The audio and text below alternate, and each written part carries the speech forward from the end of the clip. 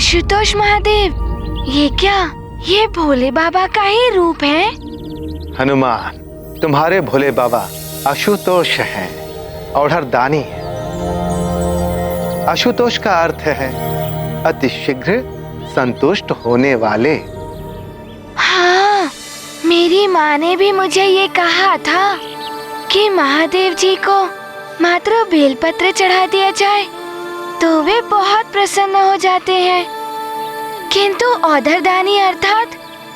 औढ़रदानी का अर्थ है दोनों हाथों से सब कुछ प्रदान करने वाला, अर्थात भगवान शिव अपने जिस भक्त पर प्रसन्न हो जाते हैं उसे समस्त ऐश्वर्य एवं शक्तियां प्रदान कर देते हैं।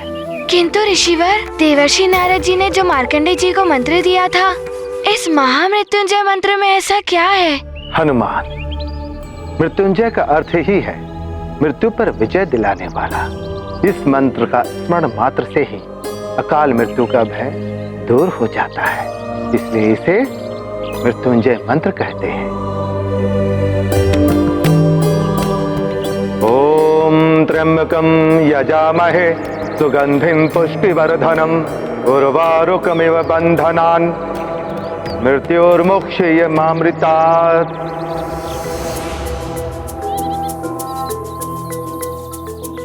मृत्यु पर विजय, ये तो सर्वश्रेष्ठ मंत्र होगा।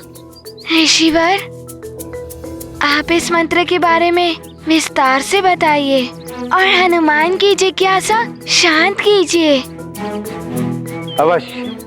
इस मंत्र में 33 अक्षर हैं। 35 अक्षर? हाँ, बाल को, अक्षर को ब्रह्म माना गया है। हाँ ऋषिवर, मुझे स्मरण है, माँ ने मुझे बताया था अक्षर ब्रह्म के बारे में, जब मुझे सर्वप्रथम ओम लिखना सिखाया था माँ ने। ओम ही ब्रह्मनाद है, इसी से यह सारा संसार बना है। बालकों, इस मंत्र के 33 अक्षर 33 ब्रह्म अर्थात 33 देवताओं के प्रतीक हैं। मारुति उत्सुक शिव संज्ञान, चाहे आशुतोष का ज्ञान। शीघ्र तुष्ट जो आशुतोष वो, अवढ़रदानी शिव निर्दोष वो। मुनि मतंग समझाते उनको, ज्ञान समुद्र कहे जग जिनको। महामृत्युंजय महिमा न्यारी, हनुमत मन सब संशय हारे। गाथा महाबली हनुमत की, रुचिकर लीला राम भगत की। जय जय जय रघुनंदन राम, जय जय जय महाबली हनुमान। किंतु ऋषिवर, किंतु इससे मृत्यु पर विजय कैसे संभव होती है? हनुमान, इस मंत्र के उच्चारण के साथ ही उस समस्त 33 ब्रह्मा अदृश्य रूप में भक्त की रक्षा करने के लिए तत्पर हो उठते हैं। यह तुम्हें आगे की कथा सुनने के पश्चात ज्ञात हो जाएगा। बालकों, अब आगे की कथा ध्यान से सुनो। देवर्षि नारद के अंतर्ध्यान होते ही मार्कंडेय जा पहुंचा केदार क्षेत्र। वहां उसने अपने हाथों से शिवलिंग का निर्माण करके उसने भगवान शिव की आराधना आरंभ कर दी। ओम त्र्यंबकं यजामहे सुगंधिं पुष्टिवर्धनम् उर्वारुकमिव बन्धनान् मृत्युर्मुक्षयमामृतात्। किंतु ऋषिवर, मार्कंडेय जी के तो जीवन का अंतिम दिवस था, फिर उन्होंने कितने दिनों तक आराधना की? हनुमान, आराधना के लिए कोई समय सीमा नहीं होती है। आराधना में भक्ति, श्रद्धा एवं समर्पण की गहराई पर ही मंत्र की सफलता निर्भर करती है। मार्कंडेय ने अविलंब मंत्र का जाप आरंभ कर दिया।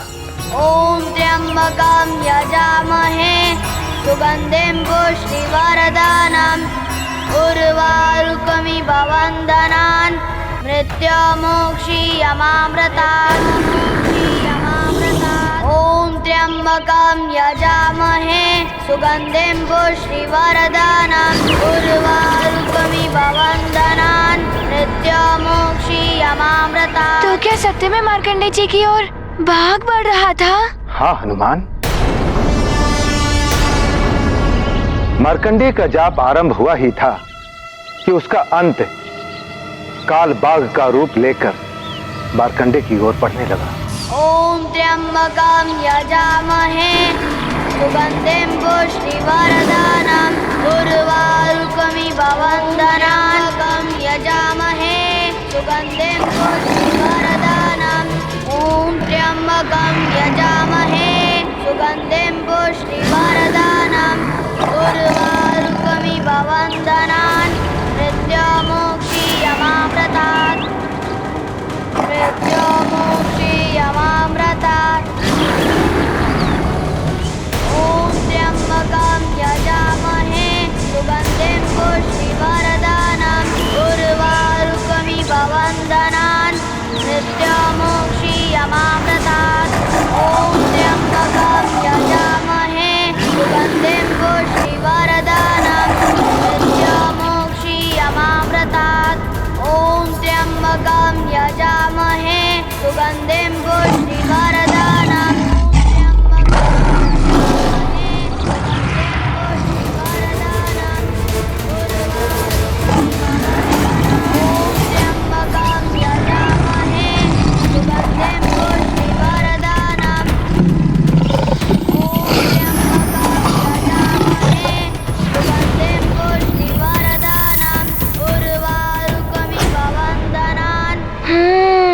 देवी माँ का वाहन है सिंह, उन्होंने ही रक्षा की होगी मार्कंडेय जी की।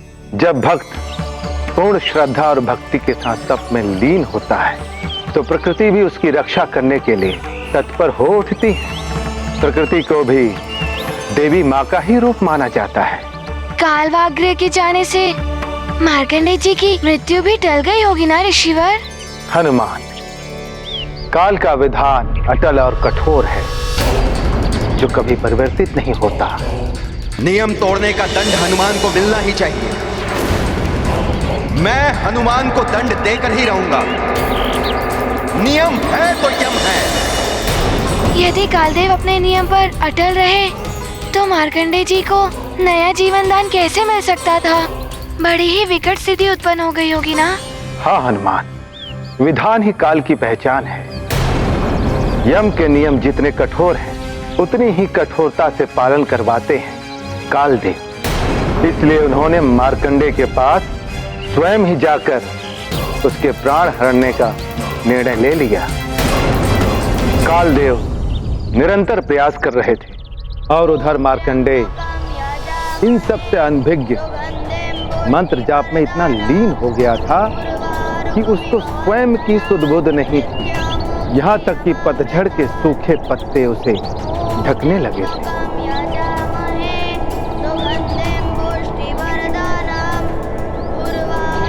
मार्कंडेय, मार्कंडेय,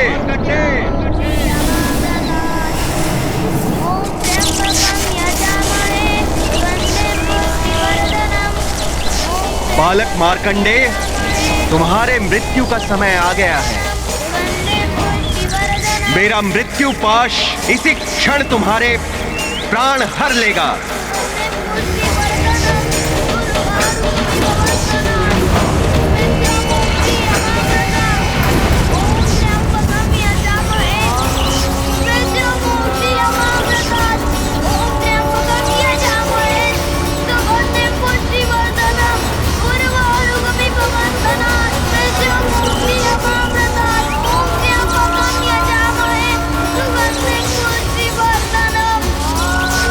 ये तो उचित किया मार्कंडेय जी ने कि उन्होंने शिवलिंग को पकड़ लिया।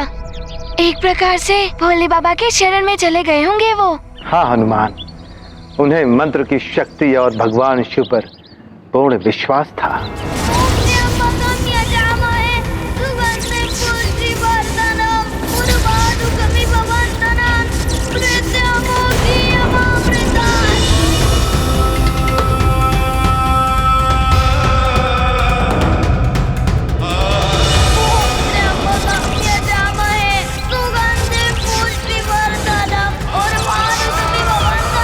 भावुकता का कोई अर्थ नहीं है काल के समक्ष। सर्वोपरि है काल के नियम। नियम है तो यम है।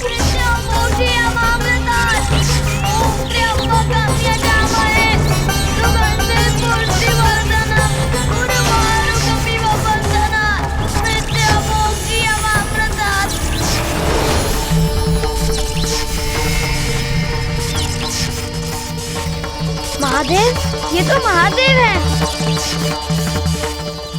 अब तो मेरा महादेव है मेरे साथ।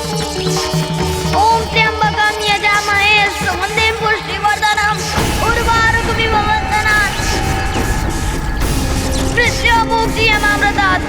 मार्कंडेय, ओम त्र्यंबकम यजामहे। महादेव भी नहीं बचा पाएंगे तुम्हारे प्राण आज मुझसे।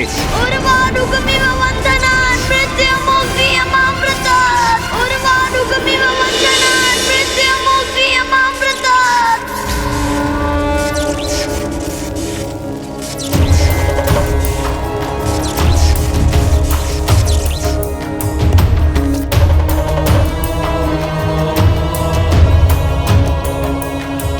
प्रणाम महादेव।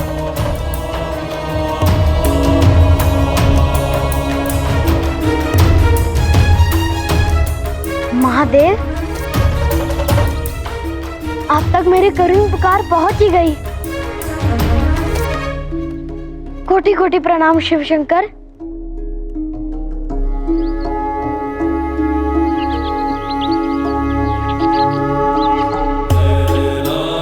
मार्कंडे, तुम्हारी निष्ठा और मातृ पितृ भक्ति ने प्रसन्न कर दिया है मुझे। पुत्र, मांगो, क्या वर चाहिए तुम?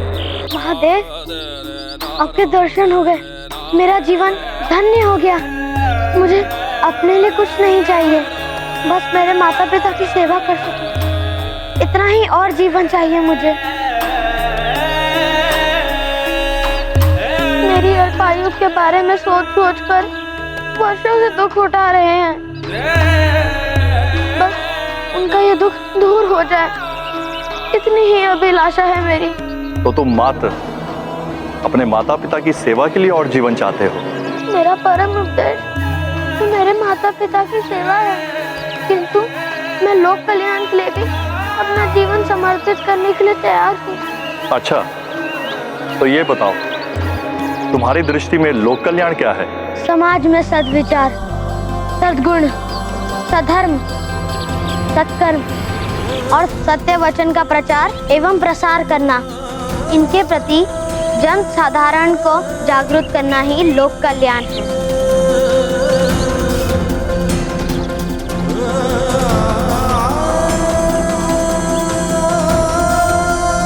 मार्कंडे, तुम्हारी तेजस्विता ने तुम्हें इस युग दृष्टा मंत्र का नियामक बना दिया। मैं तुम्हें दीर्घायु होने का वरदान देता हूं।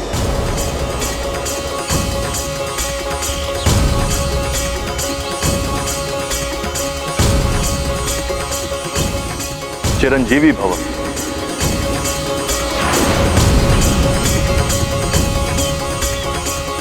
ये क्या किया आपने महादेव? ये असंभव है।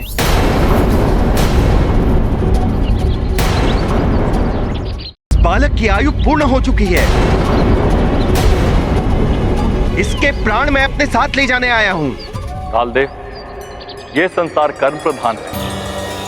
कर्म से मनुष्य अपने भाग्य को भी परिवर्तित कर सकता है। मार्कंडे ने भी अपने कर्म से अपनी मृत्यु को टाल दिया है। इसलिए अब आप भी अपने धाम को लौट जाइए।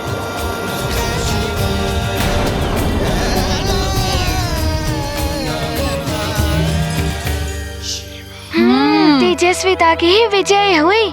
अंत में मार्कंडे जी ने वरदान पा ही लिया। फिर तो महादेव के कहने पर कालदेव अपने धाम को लौट गए होंगे ना? नहीं हनुमान, कालदेव नहीं लौटे।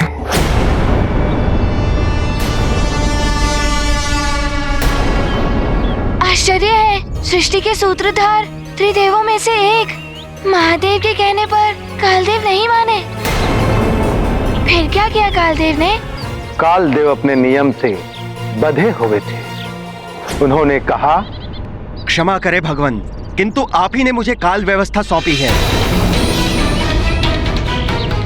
आयु पूर्ण होने पर आत्मा को ले जाकर उसे कर्म फल प्रदान करना ही मेरा धर्म है। इस बालक की आयु पूर्ण हो चुकी है, अब मुझे उसकी आत्मा ले जानी होगी। मुझे मेरा धर्म निभाने दे प्रभु। कालदेव, सत्कर्म सब धर्मों से ऊपर है। जगत के हित के लिए सत्कर्म को प्रधानता देना मेरा ही नहीं, आपका भी कर्तव्य है। अतः अब आप ये धर्म हट त्याग कर मार्कंडेय को आशीर्वाद प्रदान करें और काल लोक लौट जाएं।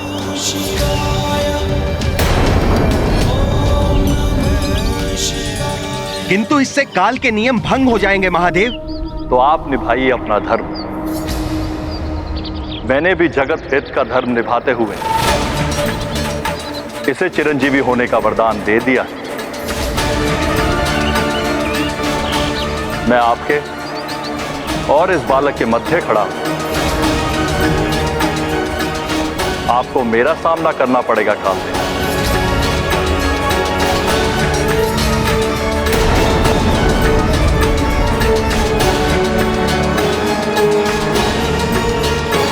जैसी आपकी आज्ञा प्रभु। मैं नियमों से बंधा हुआ हूं।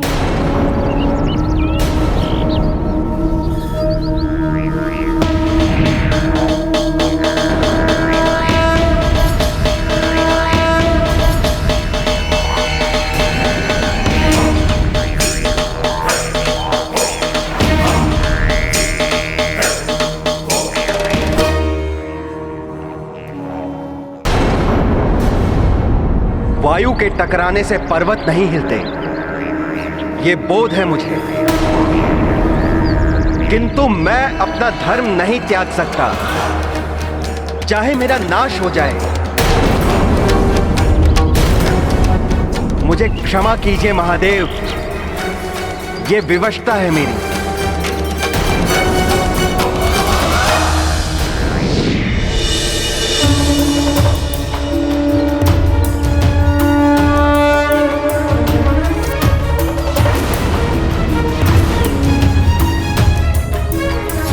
मार्कंडेय, पुत्र मार्कंडेय।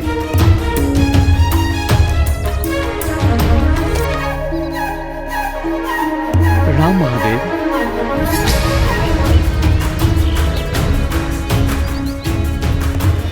नारायण नारायण।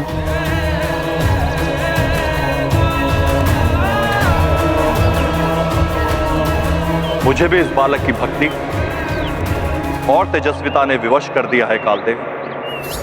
आप करिए प्रहार। अर्थात कालदेव अपने धर्म पर अड़े रहे। हाँ हनुमान, मनुष्य को कभी धर्म के लिए हठ नहीं करना चाहिए। धर्म का हठ विडंबनाओं और विवादों को जन्म देता है। इस महाटकराव की भीषणता का आभास सबको था, इसलिए इसे रोकने के लिए सभी देवता महादेव और कालदेव से गुहार लगाने के लिए पहुंच गए। किंतु कालदेव नहीं मान रहे थे, अतः मार्कंडेय स्वयं उनके बीच पहुंच गए। महादेव,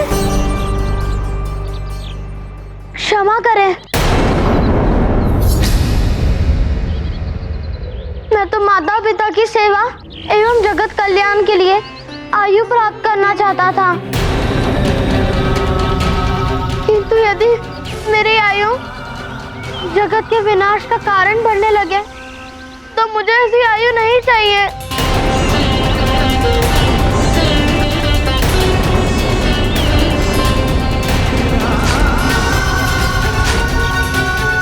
एक और महादेव, दूसरी ओर कालदेव, दोनों की विकराल शक्तियों के मध्य आकर कहीं मार्कंडेय जी ने कोई भूल तो नहीं कर दी।